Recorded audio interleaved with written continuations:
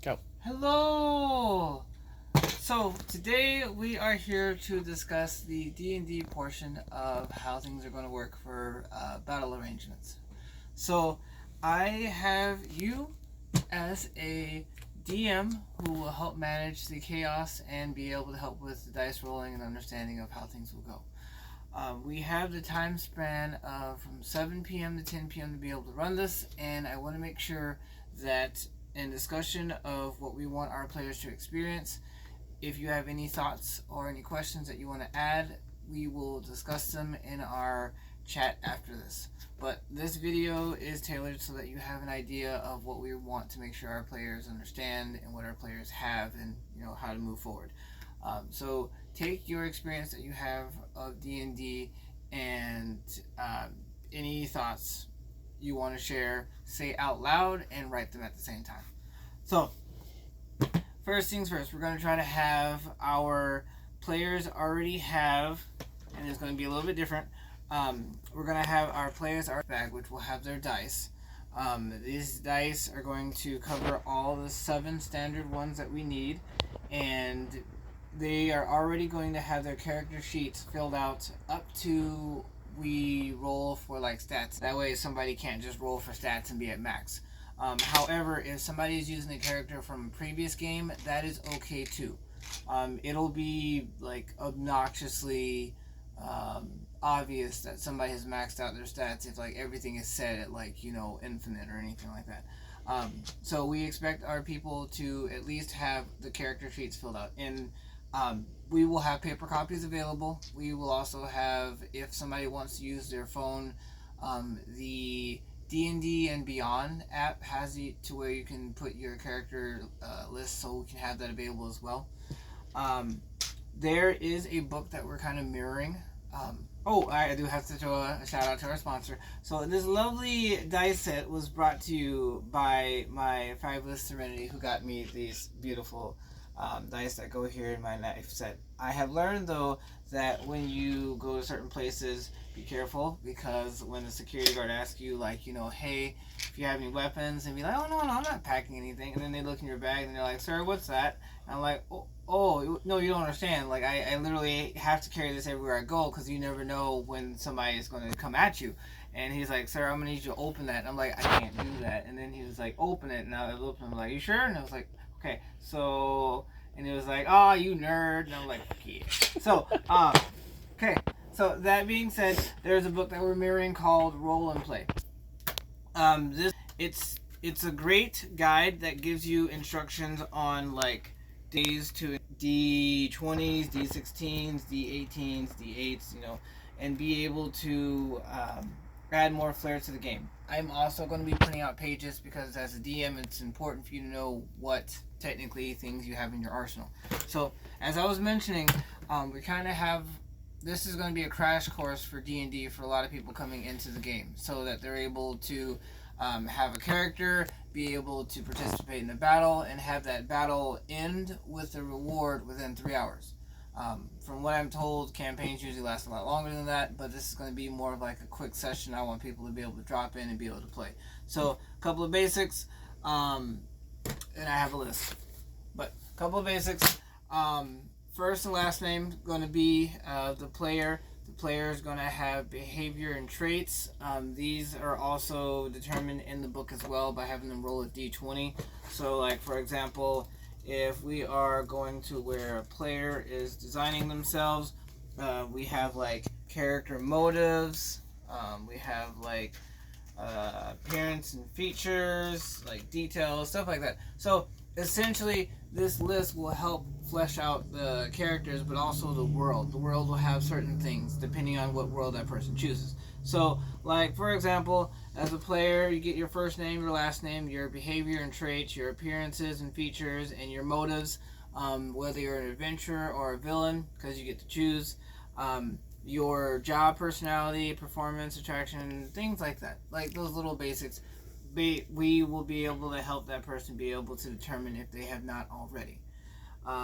Next, we will determine how the party gets to meet. So, I figure as a DM, you'll have like maybe 8 to 9 people on the table, and then Depending on what the role is, it'll determine the storyline. So the storyline will move depending on what the dice roll is, but each storyline is going to be created individually to lead up to a determined outcome by the people that are playing the game. So there are a couple of worlds to explore. We are still going to flesh out the names so that they match more of Mario World, but each world will have like a mission that you're trying to complete that will go along with the storyline to the ultimate outcome, which in this case would be either to smash the princess and save the world, or smash with the princess and conquer the world. It's like basically Bowsette. So Bowsette's kind of like the main ruler, but she has kidnapped Peach, and how it goes, but since Mario never gets laid, we're gonna change that. So depending on what the people decide, of course, though. So we have 12 different worlds to choose from. We have Frozen Ice Tundra, Forest of Death, Desert of Irish Glaze, Deep Sea Harvest, Magic Meadow of No Return, Dark Streets of London, Choco Mountain Massacre, Dead Man's Swamp, Dragon Keeper's Inn, King Bowser's Coast, Dreamland of Bullet Bill, and Boo's Haunted Mansion. So each one corresponds to a different tundra of it being like ice or corruption or dream or swamp or like town. But the setting of where things take place will always change depending on who's playing the game. That way you can't play the same game twice. Each world will be crafted and created as the DM sees fit. The DM will have kind of a list of things to go over that dice roll will determine, like for example the world inhabitants, like the monsters, what their motives are, what their personalities, the supernatural patrons, what they look like, their first and last name, their title. These patrons will offer you a deal for your heart's desire in exchange for something. So like for an example, since each player should be able to interact with a patron of the supernatural, if that patron wants to strike a deal, then they can get some kind of whatever they desire in exchange for like the ability to communicate. So they lose the ability to communicate. Or every time they cough, every 4 hours, bile comes out of their eye sockets. Or, for example, they lose the ability to touch and tentacles grow out of their fingers. Something like that. But it's like each deal or each thing that you do as a character, you're able to interact. You get something or you lose something or something happens, but the DM is able to craft off their own imagination of what to do. So, for example, when you are traveling, you will have your people fight different beings, different creatures, phantoms, for example, or spirits. There's going to be setbacks to overcome, deadly hazards. There's going to be dangerous doors that you're going to have people go through. Like, if you can imagine Indiana Jones on a smaller scale, you're going to make sure that your the campaign or the party that's traveling with you has to make tough decisions, or they have to work together as a team, or they have to solve riddles or puzzles and stuff like that. We also go over like critical hits and critical misses for our melee, for our ranged, for our magic fights. There'll be lasting injuries, there'll be revival side effects, illnesses and ailments, physical conditions, magical sickness, different things that occur within the game. There's going to be references for you to use so that you're able to help guide the story along. The characters and the people involved are interacting with the story with you, but you're making sure to guide them along the path as well as, making it fun and exciting. We are shortening it though to make sure that this campaign will last 3 hours. So if there's anything in here that you're listening in on that you feel like we may need to cut, then we can totally do so in our discussion. There were some questions, for example, on whether or not to include the ability to dream or sleep, because there are dream sequences that are in this book that we could have our characters go through, but again, that's more stuff. Or if they were to sleep, for example, should things happen to them while they're sleeping? And I don't mean those kinds of things happening when they're sleeping. I mean like literally like should a wolf come and like attack their camp, or like what is the likelihood of like a thunderstorm or nature warning or volcano randomly erupting out of someone's pants.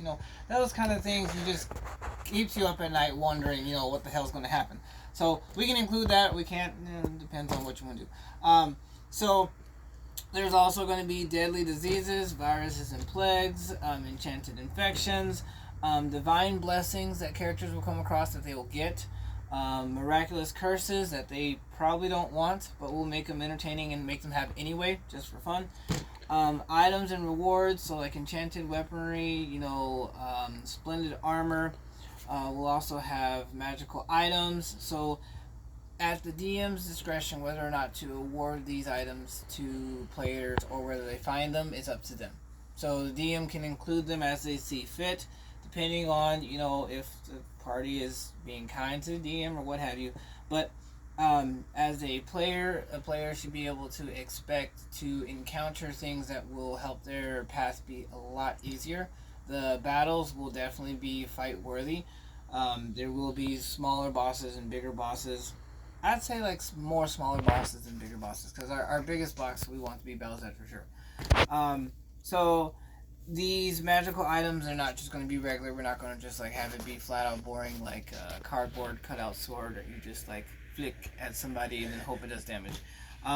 There's going to be major faults. There's going to be minor drawbacks. There's going to be super powered items that are going to be so amazing. Like for example, you can summon a chicken every time you throw this egg at a wall, but it turns into a dragon and eats one of your party members. That kind of thing. So there's drawbacks to what people will choose, which will affect other people, but we'll make it fun. We will make sure that Bowsette is able to have her own special encounter twice within the party. So how the final boss likes to F with the party members by appearing early as like a ghost or like an image to kind of F their story along. So if any of y'all have played Mario Party, it's a lot like that, where Bowser will encounter you in some way, shape, or form, but not directly, but F up your ability to advance the game. We'll have that too. Spells, because spells are important, so we'll have bargain spell scrolls that the party will be able to use. We are going to determine whether or not we want to include loot and plundering. So, like, as party members kill innocent bystanders, are we able to loot their pockets, or do we leave them be? Because, they're already dead. So, like, we should get their stuff. Yay or nay. It depends. Pickpocket rewards. So, like, people that are NPCs that are walking, is it important for the party to, if on dire need, take from them? They're NPCs, so I would kind of say yeah, but some moral things, so we'll discuss that too. We will also have treasure chests. So some will be mimics, some will be like different stuff that will hold reward, and loot will roll for what people will land as a reward, and extra crust rewards will be at more towards the end. So there is a lot that is going to be happening as a player is progressing through the game. Ultimately, the storylines that can be modified is what world they're coming from, what items they have, what spells they have, and we want the end result to be where they face off against Bowsette for the ultimate ender. How they get there and what their journey entails, it's important, but if we need to shrink this down, because combat can be kind of long, if we need to shrink it down, we can do that. I just want the main thing to be anyone and everyone, as the party reaches the final boss, enjoys a massively good, delicious, horny, clothes ripping, nipple exposing boss fight with Bowsette. And then when Peach is revealed, decide what to do with Peach. Because, like, if the kingdom's already in ruins, then I guess technically you can save it, or you can conquer more, or you can decide to spare Bowsette, kill Peach, and then continue on the story that way. Like, there's different endings technically when it gets to that point, but I want us to be able to have anyone and everyone enjoy dropping into a 3-hour campaign to accomplish an end goal, and that end goal being to have fun depending on how they decide to be. So whatever pathway to get there, there are things to do so, you know, and I will make sure there are pages included that will say these are your options as a DM. Dice roll determines these. You share with the characters and the people what's going on, that kind of thing. So this should be one of the most interactive, imaginative campaign D&D things we've ever done. I'm excited to celebrate this with you all. If you have any other questions or any other comments, feel free to just comment below. I am so proud to say I love you all. Thank you for being a part of the House of the Emodius, and Te Amor.